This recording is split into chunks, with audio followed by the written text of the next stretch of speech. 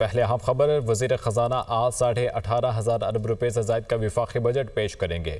قومی اسمبلی کا اجلاس شام 4 بجے طلب۔ دفاع کے لیے 2100 ارب، قرضوں پر سود کی ادائیگیوں کے لیے 9700 ارب روپے خرچ ہوں گے۔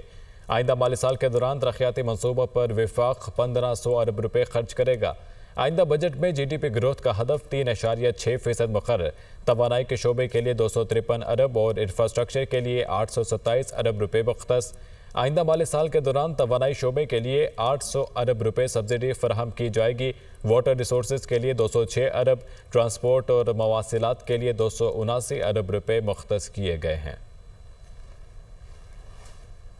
صدر مملکت آصف علی زرداری سے وزیر اعظم شہباز شریف کی ایوان صدر میں ملاقات۔ آئندہ بجٹ میں عوام کو ریلیف فراہم کرنے کے حوالے سے تجاویز پر تبادلہ خیال۔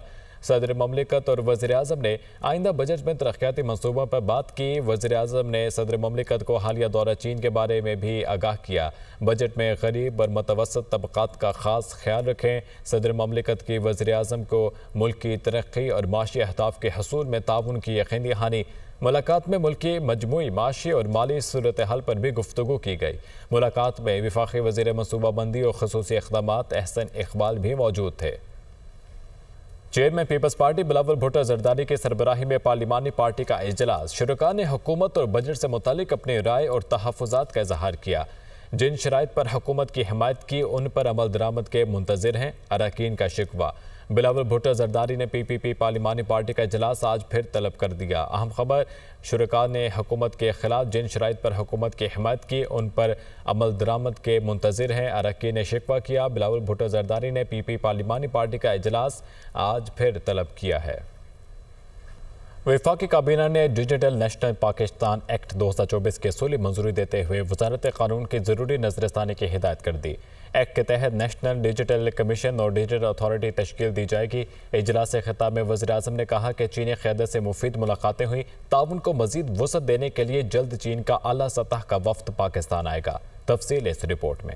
پاک چین بزنس کانفرنس میں 1000 سے زائد بزنس ٹو بزنس ملاقاتیں ہوئیں۔ 1000 نوجوانوں کو جدید زرعی تربیت کے لیے چین بھجوائیں گے۔ ہواوے کمپنی ہر سال 2 لاکھ پاکستانی نوجوانوں کو آئی ٹی کی تربیت دے گی۔ وزیر اعظم شہباز شریف کی کابینہ ارکان کو دورہ چین پر بریفنگ۔ ڈیجیٹل نیشن ایکٹ کے تحت معیشت کی ڈیجیٹلائزیشن اور پیپر لیس گورننس کے ہدف کو حاصل کیا جا سکے گا۔ وزیر اعظم ڈیجیٹل کمیشن کی سربراہی خود کریں گے۔ ڈیجیٹل اتھارٹی کے پاس مالی اور انتظامی اختیارات ہوں گے۔ کابینہ نے national school for public policy کے بورڈ آف گورننس میں نجی اور تعلیمی شعبے سے ممبران کی تعیناتی کی منظوری بھی دی۔ اسلام آباد کے لیے national commission for human rights کے رکن کی تعیناتی کا عمل شروع کرنے اور اسے پایہ تکمیل تک پہنچانے کے لیے کابینہ کمیٹی تشکیل دینے کی منظوری بھی دی گئی۔ کابینہ نے ثالثی قانون کے مسودے پر ضروری قانون سازی کی اصولی منظوری دیتے ہوئے صوبوں سے مشاورت کی ہدایت کی۔ قومی احتساب بیورو اور سری لنکا کے ادارے کے درمیان مفاہمتی یادداشت پر دستخط کرنے کی منظوری بھی دی گئی۔ اجلاس میں کابینہ کمیٹی برائے سرکاری ملکیتی ادارے، اقتصادی رابطہ کمیٹی اور کابینہ کمیٹی برائے قانون سازی کے اجلاسوں کے فیصلوں کی توثیق بھی کی گئی۔ وزیر اعلیٰ پنجاب مریم نواز کا کہنا ہے کہ ہسپتالوں میں خدمت کی فراہمی کی نگرانی کا جامع نظام قائم، صحت کے منصوبوں کو ترجیحی بنیادوں پر مکمل کیا جائے۔ صحت کے منصوبے کب مکمل ہوں گے، ٹائم لائن دیں۔ حسن رضا کی رپورٹ۔ وزیر اعلیٰ پنجاب مریم نواز کی زیر صدارت صحت عامہ کے لیے خصوصی پلان پر جائزہ اجلاس۔ پنجاب میں صحت کی معیاری سہولتوں کی فراہمی کے لیے بڑے منصوبوں کا آغاز۔ مراکز صحت اسپتالوں میں کام کرنے والے ڈاکٹرز کے لیے اسپیشل الاؤنس کی منظوری کا فیصلہ۔